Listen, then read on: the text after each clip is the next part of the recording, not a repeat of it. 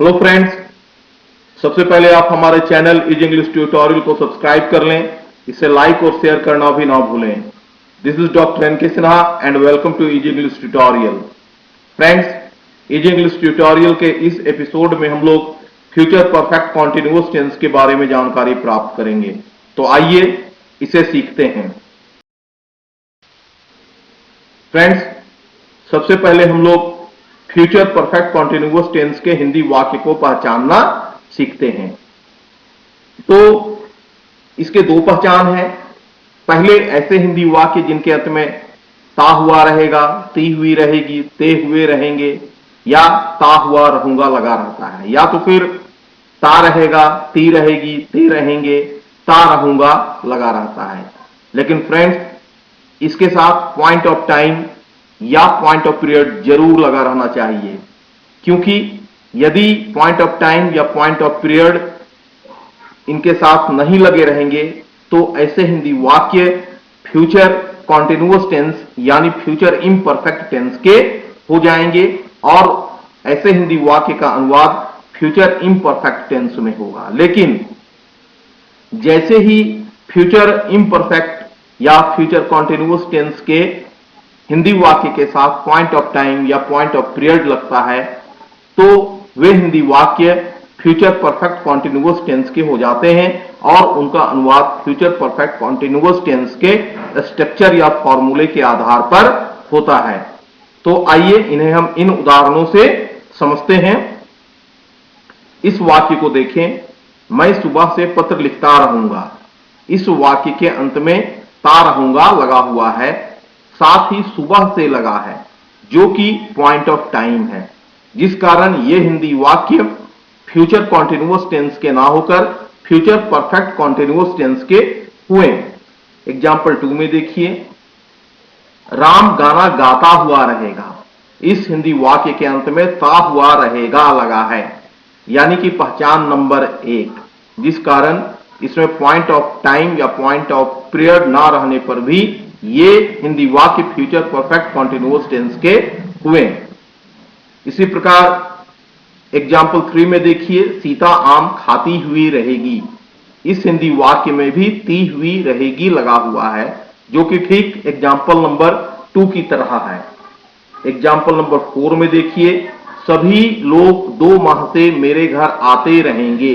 इस हिंदी वाक्य के अंत में ते रहेंगे लगा हुआ है, यानी ये पहचान फ्यूचर कॉन्टिन्यूअस टेंस के हुए, किंतु इसके साथ 2 माह से लगा हुआ है जो कि पॉइंट ऑफ पीरियड है, जिस कारण यह हिंदी वाक्य फ्यूचर परफेक्ट कॉन्टिन्यूअस टेंस के हो गए और फ्यूचर परफेक्ट कॉन्टिन्यूअस टेंस के फॉर्मूले या स्ट्रक्चर के आधार पर इनका अंग्रेजी में अनुवाद किया जाएगा।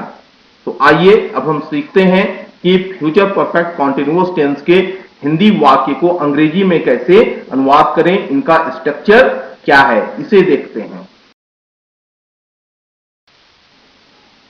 तो फ्रेंड्स, सबसे पहले आप हिंदी वाक्य के सब्जेक्ट पर ध्यान दें। यदि हिंदी वाक्य के सब्जेक्ट आई और वी यानी मैं या हम लोग हुए तो आप इसके साथ shall plus have been plus before plus object plus for या from plus point of time या पॉइंट ऑफ पीरियड का प्रयोग करेंगे। अन्य जितने भी सब्जेक्ट्स हों, you, they, plural number, he, she, it, singular number, आप सभी के साथ विल का प्रयोग करें। साथ में have been plus before plus object plus from या for plus point of time या पॉइंट ऑफ पीरियड का प्रयोग करें। यहां पर आप एक बात ध्यान दें, फ्यूचर परफेक्ट कॉन्टिन्यूअस टेंस में सिंस का प्रयोग पॉइंट ऑफ टाइम के पहले बिल्कुल नहीं किया जाता है, जिस तरीके से इसका प्रयोग प्रेजेंट परफेक्ट कॉन्टिन्यूअस टेंस या पास्ट परफेक्ट कॉन्टिन्यूअस टेंस में किया जाता है। आप ध्यान दें, यहां पर आप फ्रॉम का प्रयोग करें और यदि पॉइंट ऑफ पीरियड रहे तो आप उसके पहले फॉर का प्रयोग कर सकते हैं, लेकिन फ्रॉम का प्रयोग आप पॉइंट ऑफ टाइम या पॉइंट ऑफ पीरियड दोनों के पहले कर सकते हैं। इसलिए फ्रॉम का प्रयोग फ्यूचर परफेक्ट कॉन्टिन्यूअस टेंस में पॉइंट ऑफ टाइम या पॉइंट ऑफ पीरियड के पहले करना ज्यादा सुविधाजनक होता है। तो आप दो बातों पर ध्यान रखें। पॉइंट ऑफ टाइम के लिए सिंस का प्रयोग बिल्कुल ना करें। मैं फ्यूचर परफेक्ट कॉन्टिन्यूअस टेंस के संदर्भ में कह रहा हूं। नंबर 2, पॉइंट ऑफ टाइम और पॉइंट ऑफ पीरियड दोनों के लिए फ्रॉम का प्रयोग करें। क्योंकि यहां पर कोई कंफ्यूजन नहीं है कि पॉइंट ऑफ टाइम या पॉइंट ऑफ पीरियड के पहले क्या लगाएं, तो आप अपने सुविधा के लिए फ्रॉम का प्रयोग फ्यूचर परफेक्ट कॉन्टिन्यूअस टेंस में पॉइंट ऑफ टाइम या पॉइंट ऑफ पीरियड दोनों के पहले करें। आशा करता हूं आप इसे ध्यान में रखेंगे। एग्जाम्पल नंबर 1, मैं सुबह से यह काम करता रहूंगा। इस हिंदी वाक्य के अंत में ता रहूंगा लगा हुआ है, साथ ही यहां पर सुबह से लगा है जो कि पॉइंट ऑफ टाइम है, जिस कारण यह हिंदी वाक्य फ्यूचर कॉन्टिन्यूअस टेंस के ना होकर फ्यूचर परफेक्ट कॉन्टिन्यूअस टेंस के हुए। तो अफर्मेटिव सेंटेंस या सिंपल सेंटेंस में हम इसे लिखेंगे I shall have been doing this work from morning. Negative sentence में हम इसे लिखेंगे I shan't have been doing this work from morning. मैं सुबह से यह काम नहीं करता रहूंगा। या आप इसे लिख सकते हैं I shall not have been doing this work from morning. Interrogative sentence में आप इसे लिखेंगे shall I have been doing this work from morning. क्या मैं सुबह से यह काम करता रहूंगा।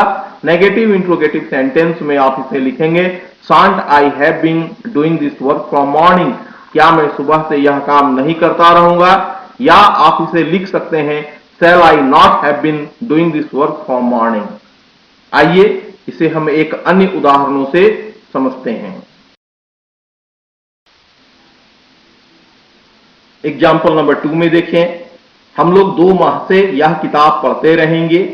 इस हिंदी वाक्य के अंत में ते रहेंगे लगा हुआ है, साथ ही 2 माह से जो कि पॉइंट ऑफ पीरियड है, जिस कारण यह हिंदी वाक्य फ्यूचर कॉन्टिन्यूअस टेंस के ना होकर फ्यूचर परफेक्ट कॉन्टिन्यूअस टेंस के हुए।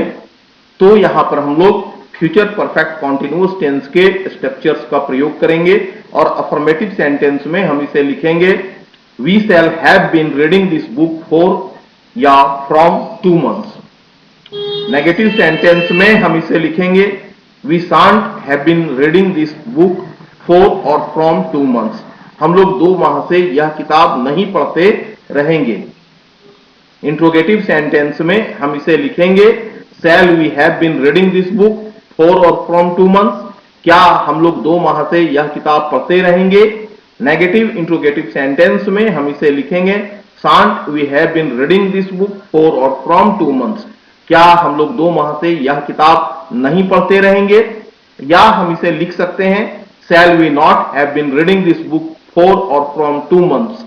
क्या हम लोग यह किताब 2 माह से नहीं पढ़ते रहेंगे। फ्रेंड, यहां पर आप ध्यान दें, पॉइंट ऑफ पीरियड हिंदी वाक्य में होने के कारण आप यहां पर फॉर का भी प्रयोग कर सकते हैं और फ्रॉम का भी। आइए इसे एक अन्य एग्जाम्पल से हम लोग समझते हैं। एग्जाम्पल नंबर 3, राम स्कूल जाता हुआ रहेगा। इस हिंदी वाक्य में ता हुआ रहेगा लगा है, जो कि एक पहचान नंबर 1 है, जिस कारण यह हिंदी वाक्य फ्यूचर परफेक्ट कॉन्टिन्यूअस टेंस के हुए। और अफर्मेटिव या सिंपल सेंटेंस में हम इसे लिखेंगे Ram will have been going to school. Negative sentence में हम इसे लिखेंगे Ram won't have been going to school. Ram school नहीं जाता हुआ रहेगा। इंट्रोगेटिव सेंटेंस में हम इसे लिखेंगे will Ram have been going to school. क्या राम स्कूल जाता हुआ रहेगा। नेगेटिव इंट्रोगेटिव सेंटेंस में लिखेंगे won't Ram have been going to school. क्या राम स्कूल नहीं जाता हुआ रहेगा। या आप इसे लिख सकते हैं will Ram not have been going to school. Friends, इस हिंदी वाक्य में पहचान नंबर 1 यानी ता हुआ रहेगा लगा हुआ है और इसमें पॉइंट ऑफ टाइम और पॉइंट ऑफ पीरियड दोनों में से कोई भी नहीं है, जिस कारण यहां पर पॉइंट ऑफ टाइम या पॉइंट ऑफ पीरियड का प्रयोग नहीं किया गया है, ना ही इनके पहले लगने वाले फॉर या फ्रॉम का प्रयोग किया गया है। तो इस प्रकार मैं आशा करता हूं आप फ्यूचर परफेक्ट कॉन्टिन्यूअस टेंस को बहुत अच्छे तरीके से समझ गए होंगे। आप ढेर सारे फ्यूचर परफेक्ट कॉन्टिन्यूअस टेंस के वाक्यों को अपने मन में सोचें और उनका अंग्रेजी में ट्रांसलेट करने का प्रयास करें या फिर कॉपी पर लिखकर इसका प्रयास करें, जो आपके लिए बहुत ही फायदेमंद साबित होगा। आशा करता हूं आप इसे समझ गए होंगे। फ्रेंड्स, इजी इंग्लिश ट्यूटोरियल का यह एपिसोड यदि आपको पसंद आया हो तो काइंडली आप इसे जरूर सब्सक्राइब कर लें, इसे शेयर और लाइक करना ना भूलें और अपने बहुमूल्य कमेंट से मुझे जरूर अवगत करवाएं, क्योंकि आपके कमेंट मेरे लिए बहुत महत्वपूर्ण है। आशा करता हूं आप इस एपिसोड से लाभान्वित हुए होंगे। थैंक यू, धन्यवाद, वेलकम।